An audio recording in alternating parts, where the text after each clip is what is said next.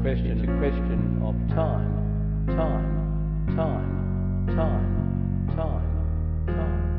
It's a question of... So we're at the film festival. Melbourne International Film Festival. Yeah. Do you remember what the film was that we saw? Yes, it was The Yes Men. Oh, was it after the Yes Men? Yeah. Ah, that was a good film. Yeah. But there were a number of films in the festival that we'd both seen that were of very good films that had quite a strong political nature, that were mostly from the United States, that were kind of questioning, the legitimacy of George Bush's power and the kind of state of democracy in the world.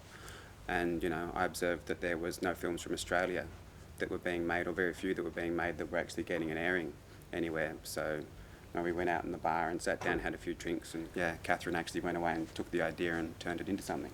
Yeah, because when I left, I was walking down St Kilda Road and thinking about all of this, and I thought, well, actually it can be done. Do you know what I mean? Like, there was an election in about 4 months' time, or even less, a couple of months' time, and if each filmmaker contributed a small part of the film and we compiled them together, so each filmmaker, made a film on a subject about Howard and how he's treated Australia, and then we put them all together, then we could do it and we could release it out. And I wasn't so worried about what happened with it in the real world so much as long as it created a media hype.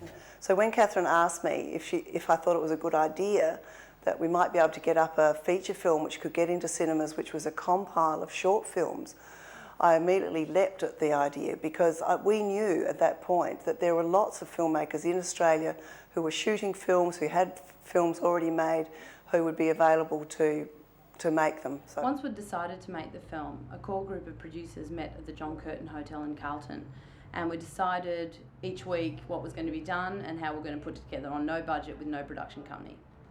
None of us went for funding. None of us had to go through the cultural sifters or the cultural gateways that a lot of documentary makers normally go through. So there's nobody telling us how we should speak, whether there should be balance in our approach, or any of those other kind of things. So the films are quite exciting and raw. So to me, that reminded me of the old-fashioned orator on the soapbox in the corner of the park, just saying what he felt like saying. I mean, in this case, I think one of the things that Time to Go, John, has done is created a kind of permission for people to speak in quite unorthodox ways in independent film, and that in itself is a really major achievement. I thought it was just a wonderful project, that it was the opportunity for people to be collaborating, and because there were a lot of new filmmakers involved, that was another element to the project that attracted me, because I was very interested in working with that new generation of people who were making very, quite startling work that wasn't getting out there. So I think it's very important to look at other ways of making films and other ways of distributing films.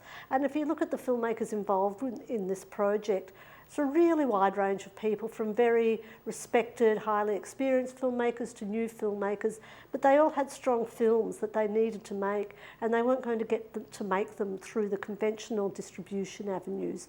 So it's fascinating to see how a new avenue opens up and what you can do with it and how you can play with it. And certainly, the more options there are for getting work out, the more likely it is that it'll be possible to shift that. As a documentary maker, I think there's some real problems within the documentary industry in Australia. And I think those problems relate to the fact that we live in quite conservative times. And really, when you're a documentary maker, often you feel that there's only two gateways for your work. That is the ABC and SBS.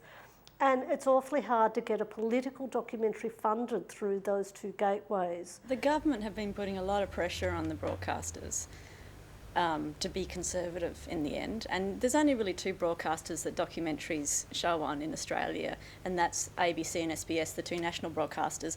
And once they're getting the heavy from the government to not show critical material, and what we're talking about isn't just political filmmaking, it's political filmmaking that's critical of the current government. So it's really hard to get the government to fund you to make a film which is critical of it. When you think about it, it's obvious. But with cinema release, we could just sidestep the whole broadcaster issue. We just went, we don't care about TV anymore. We don't care about getting the same ratings as Gilligan's Island repeats. What we can do is we can go out into the cinema. for me it was a great opportunity to work with professionals and create a short film which would get into cinemas. I never dreamt that I'd have a film in cinemas at that point, and now I have. And actually many seasoned documentary makers haven't had films in cinemas. So Time to Go John, for me, the benefit of it was to make a film with professional filmmakers and have it seen in cinemas. The film premiered nationally at major cinemas in each city, and they were sell-out shows. In Melbourne we had 40 people turned away, and it was at that point we realised it was going to be much bigger than we'd originally imagined. And also making DVDs as well, which is also possibly even more important than cinema release, to be able to get, you know, films that have a critical nature out to a wide audience. So, and the DVDs of Time to Go John so far has been hugely successful in doing that. My major role in Time to Go John was the maintenance of the website and facilitating the online purchasing of DVDs. There's a film called Outfoxed, and what they did is they said, let's distribute to houses and use just personal people's homes as cinemas. So what happened was that we took that idea of the Outfoxed and said, let's apply it to Australia. And so we set up an internet site where people could go and register and buy the DVDs and then hold their own house parties, and it was really successful. The other roles the website performed was providing promotional material for the cinemas, allowing people to download copies of the movie which they could then burn onto DVD, and providing samples of some of the films that were included on the DVD. John Pierce was very efficient at, and seemed to know a lot about how to get the website widely viewed. I mean, thousands of people looked at our website. So it was almost like people were finding the story on the net, finding the screenings on the net, and choosing to go to the cinema as well as download DVDs or buy DVDs. And or were part of like an urban circle who were hearing about it by word of mouth and coming along to enjoy the film in a crowd, like a communal screening experience. The election was called earlier than we expected, and we'd set up a schedule for the film based on October 30th, but it was actually called much earlier in October.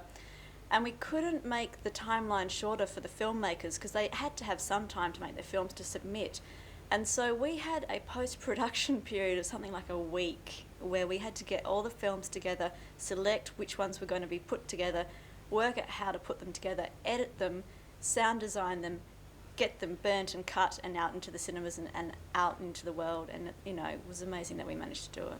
I think the whole sort of activist filmmaking has fueled this political filmmaking that's coming out, and so it's given it different methods of distribution and different ways of getting audiences. And what's exciting is that we've taken our product out of the normal environments and said, well, what else can we do? And because of DVD and the internet and cinemas and TV, we've got so many opportunities open to us. And now what we're doing is exploring all of them. It's a question of time.